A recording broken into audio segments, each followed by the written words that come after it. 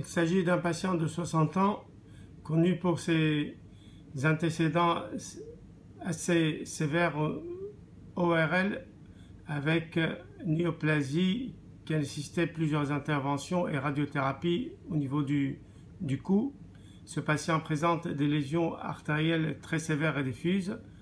À l'image, on voit une sténose de la carotide interne gauche qui est assez serrée, qu'on voit en Doppler énergie, et ici en Doppler pulsé avec des vitesses très élevées dépassant 6 mètres par seconde. En Doppler couleur pulsée, on voit l'aliasing au niveau de la lésion de la carotide interne gauche. Cette image montre la vertébrale gauche qui n'a pas de débit, avec un flux très amorti, voire complètement absent. Et sur cette image, c'est la carotide interne droite qui est obstruée. On voit le flux qui bute contre la thrombose. Et ici, c'est la carotide externe droite qui est perméable avec une sténose relative. Voilà ici la carotide interne. On voit le flux qui bute contre la thrombose qui se trouve à l'origine de la carotide interne.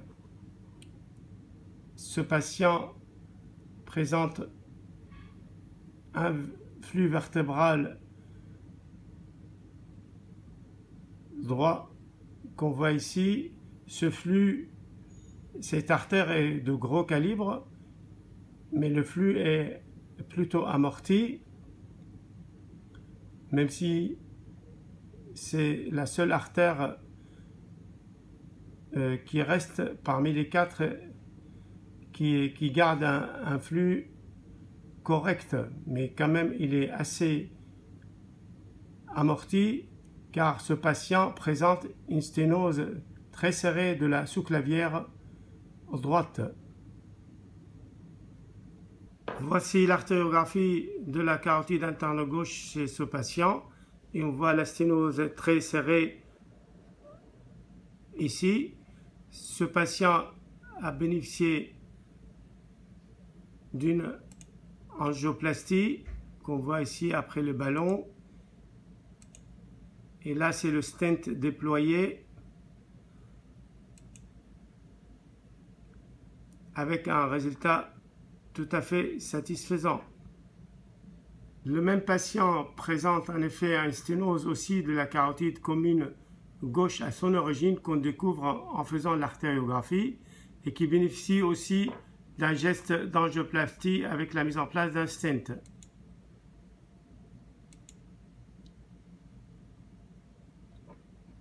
Dans la même séance d'angioplastie, nous avons donc entamé un nouveau geste de la sous-clavière droite et qu'on voit ici à l'image avec une sténose très serrée et excentrique. Donc l'angioplastie va amener le stent avec le ballon qui va être gonflé et on voit le stent déployé avec un résultat tout à fait satisfaisant au niveau de la sous-clavière droite. C'est le résultat du contrôle écho-doppler réalisé le lendemain chez ce patient. À l'image, on a la carotide interne gauche avec un flux tout à fait satisfaisant et harmonieux en Doppler couleur comme en Doppler énergie. Donc le calibre a été rétabli et le flux est tout à fait bien modulé. On voit ici le déploiement du stent au niveau de la carotide interne gauche.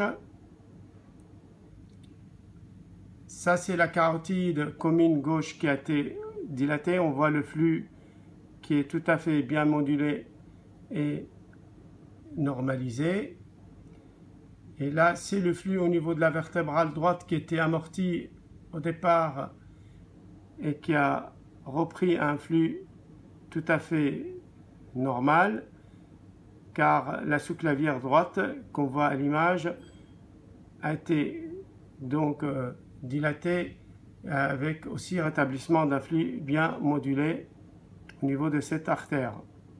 Donc très bon résultat d'une triple angioplastie, carotide interne gauche, carotide commune gauche et sous-clavière gauche.